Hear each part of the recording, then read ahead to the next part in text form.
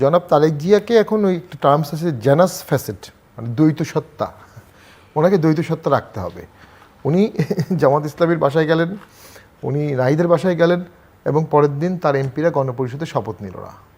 So উনি একটা stand নিচ্ছেন কিন্তু উদারতাও দেখাচ্ছেন, এবং গণপরিষদে শপথ না নেওয়ার কারণে ন্যাচারালি গণভোটটাও অলমোস্ট আমি মনে করি অকার্যকর হয়ে যাবে। জুলাই সনদটা একাডেমিক হয়ে থাকবে, ওখানে অনেক সাংবিধানিক ব্যাখ্যাও আছে।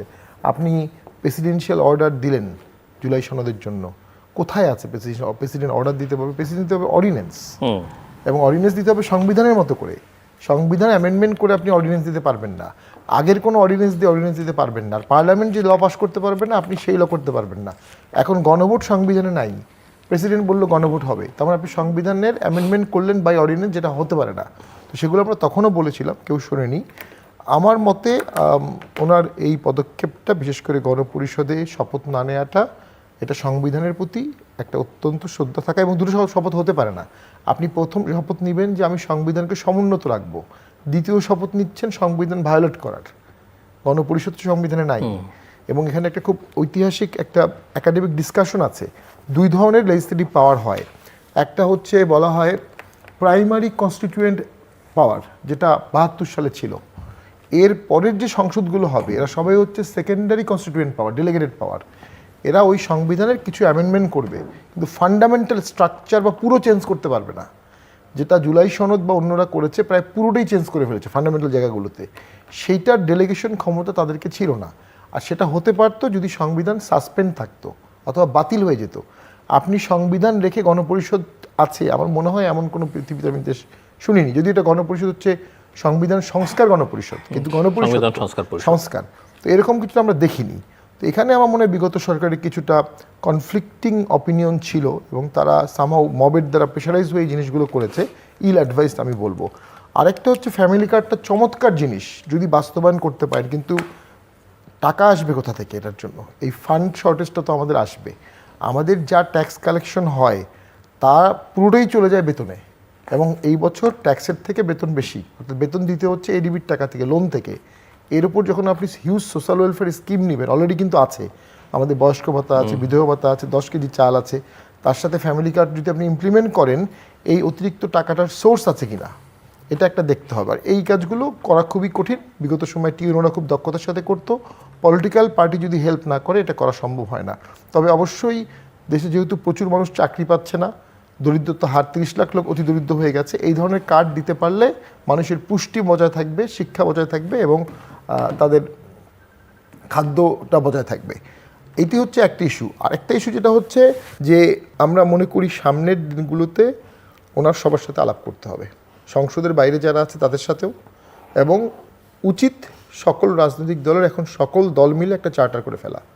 সকল দলই দোষ করেছে, আওয়ামী লীগ বেশি দোষ করেছে, তারা 17 বছর ক্ষমতায় ছিল, তাদের দোষগুলো সেই হারে বেড়েছে। লাস্টে তারা পুলিশ ছাত্র মেরেছে, আবার পুলিশকেও মারা হয়েছে, পুলিশেরও অভিযোগ আছে। সব হত্যাকাণ্ডই তো হত্যাকাণ্ড। তো আমরা মনে করি এগুলোর একটা বিচার হবে, এবং এর পাশাপাশি একটা ন্যাশনাল চার্টার জনাব তারেক জিয়াকে করতে হবে।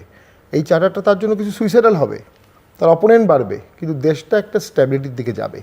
ওই যে জিয়াউর রহমান ক্ষমতায় এসেই আওয়ামী লীগকে রিভাইভ করলেন বাকশাল বাদ দিয়ে, জামাতকে রিভাইভ করলেন, শেখ হাসিনাকে নিয়ে আসলেন, তার 17 দিন পরে ওনাকে মেরে ফেলা হলো। কিন্তু উনি কিন্তু একটা পলিটিক্যাল ফিলোসফি তৈরি করতে পেরেছিলেন, যেটা পূর্ণাঙ্গ সুফল উনি 91 সালে পেয়েছেন, সারপ্রাইজ ভিক্টোরি, গণতন্ত্র। তো সেটা পেয়েছেন। এবং জনাব তারেক জিয়াকেও যদি আপনি দেখেন যে তার কাছে কিন্তু ক্ষমতা উনি চাচ্ছেন কিনা জানি না, ক্ষমতা তার কাছে চলে গেছে। একটা পর্যায়ে সবারই মনে হয়েছে যে ইসলামিক উগ্রবাদ বা ব্যান আওয়ামী লীগ, এর সব কিছু থেকে রক্ষার একমাত্র উপায় হচ্ছে এখন বিএনপি বা তারেক জিয়া। এবং আমরা ভোট হবে কিনা অনেক কনফিউশনে ছিলাম, এবং আমরা খুব দৃঢ়কণ্ঠে দেখছিলাম যে বাংলাদেশের তারেক জিয়া অ্যারাইভ করেন কিনা বা করতে পারেন কিনা। উনি যখন বাংলাদেশে পদার্পণ রাখলেন তখনই আমাদের মনে হয়েছে ভোট হবে। তার আগ পর্যন্ত আমরা কিন্তু ভোট হবে এমনটা বুঝিনি। তো ওনাকে ঘিরেই কিন্তু একটা ফিলোসফি দর্শন তৈরি হয়েছে, এটাকে ওনার ম্যাক্সিমাইজ করতে হবে, এবং উদারতা দিয়ে, সর্বোচ্চ উদারতা। আমরা মনে করি বিগত আওয়ামী লীগের আমলের অনেকগুলো ভুলের মধ্যে একটা ভুল আমার ধারণা এখন যেটা মনে হচ্ছে, যুদ্ধাপরাধীর বিচার করা, এটা কতটা প্রয়োজন ছিল, মানে ফাঁসি দেয়া।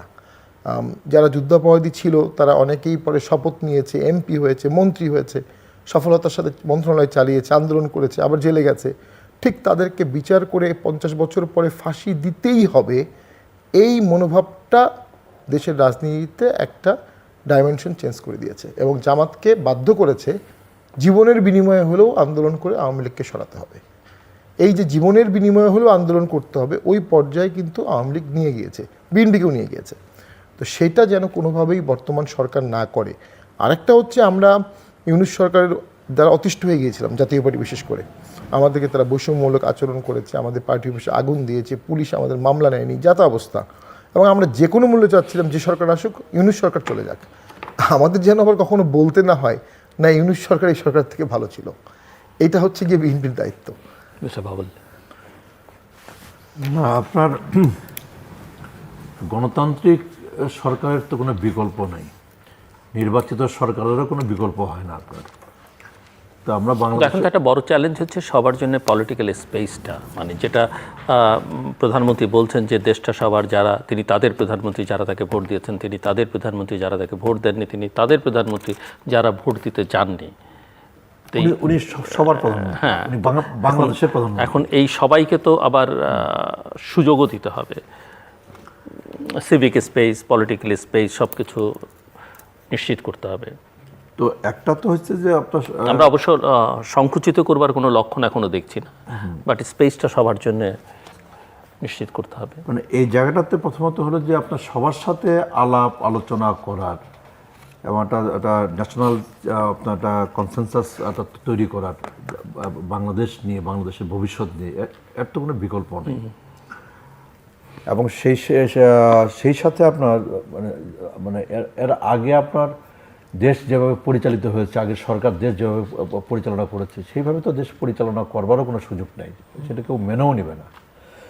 কাজে এই পরিবর্তিত পরিস্থিতিতে আপনার এই 12ই ফেব্রুয়ারি নির্বাচনের পরে যে সরকার গঠিত হয়েছে, এই সরকারের কাছে কিন্তু আপনার মানুষ কিন্তু আপনার ভিন্ন কিছু আশা করে। তার আচার আচরণ, তার কর্মকাণ্ড, সব কিছুতেই একটা ভিন্নতা কিন্তু মানুষ আশা করে আর কি। এবং বাংলাদেশের কোনো মতেই তো আপনার গণতন্ত্রকে সংকুচিত করা যাবে না, গণতন্ত্রকে আরও আপনার প্রসারিত করতে হবে আর কি।